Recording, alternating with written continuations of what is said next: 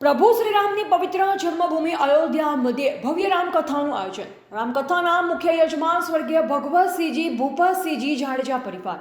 પ્રભુ શ્રી રામની પવિત્ર જન્મભૂમિ અયોધ્યા મધ્યે ભવ્ય રામકથાનું આયોજન ફાગણ વદ 12 તારીખ 11/3/2025 ને મંગળવારથી તારીખ 19/3/2025 ફાગણ વદ 5 ને બુધવાર સુધી શાસ્ત્રી શ્રી ભરતભાઈ જોશી વિજાણવાડા રામકથાકારના મુખ્ય થવાની છે। ત્યારે આ રામકથાના મુખ્ય યજમાન સ્વર્ગીય ભગવતસિંહજી ભૂપતસિંહજી જાડેજા પરિવાર નારાયણ પરવાળા છે। તો ઉત્તર પ્રદેશના અયોધ્યા મધ્ય રામકથામાં લાભ લેવા અને પ્રભુ શ્રી રામની પવિત્ર જન્મભૂમિ અયોધ્યા મધ્યે ભગવાન શ્રી રામના દર્શન કરવા અબડાસા તાલુકાના અલગ અલગ ગામડામાંથી ધર્મપ્રેમી ભગવાન શ્રી રામમાં આસ્થા ધરાવતા તાલુકાના 80 યાત્રાળુઓ આજે ભુજ રેલવે સ્ટેશનથી મોં મીઠું કરાવી મહાડા પહેરાવી પ્રસ્થાન કરવામાં આવ્યું, જેમાં તાલુકા પંચાયતના પ્રમુખ શ્રી મહાવીરસિંહ જાડેજા, જિલ્લા પંચાયતના સદસ્ય શ્રી પુરુષોત્તમભાઈ મારવાડા, સરપંચ સંગઠનના પ્રમુખ શ્રી પરેશસિંહ જાડેજા, તાલુકા ભાજપના આગેવાન શ્રી ગોવિંદભાઈ ભાનુશાલી, તાલુકા પંચાયતના કારોબારી ચેરમેન જયદેવસિંહ જાડેજા, એડવોકેટ દિલીપસિંહ જાડેજા સાથે અન્ય આગેવાનો જોડાઈને આ યાત્રાળુઓને પ્રસ્થાન કરાવવામાં આવ્યું હતું।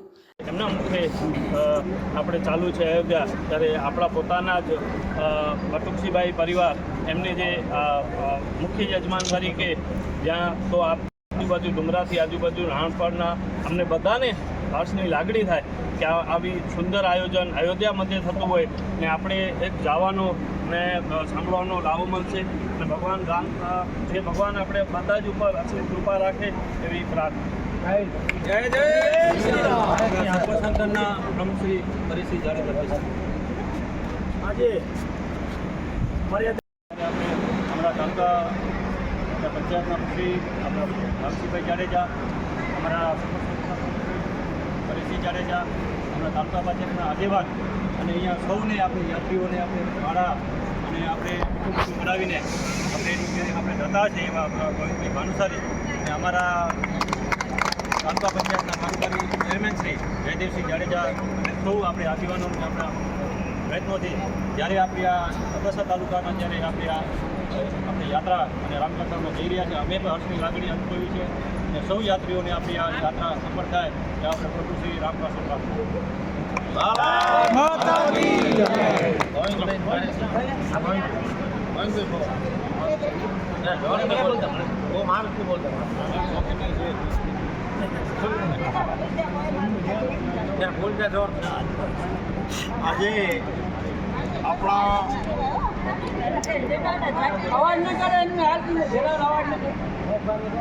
આજે આપણા પવિત્ર સ્થળ અયોધ્યાના દર્શનાર્થે જ્યારે એક યાત્રીઓની ટીમ આપણા અબડાસા તાલુકાના ક્ષત્રિય સમાજના દરેક આગેવાનોએ આ પ્રયત્નથી આખા એક આયોજન કરેલ છે।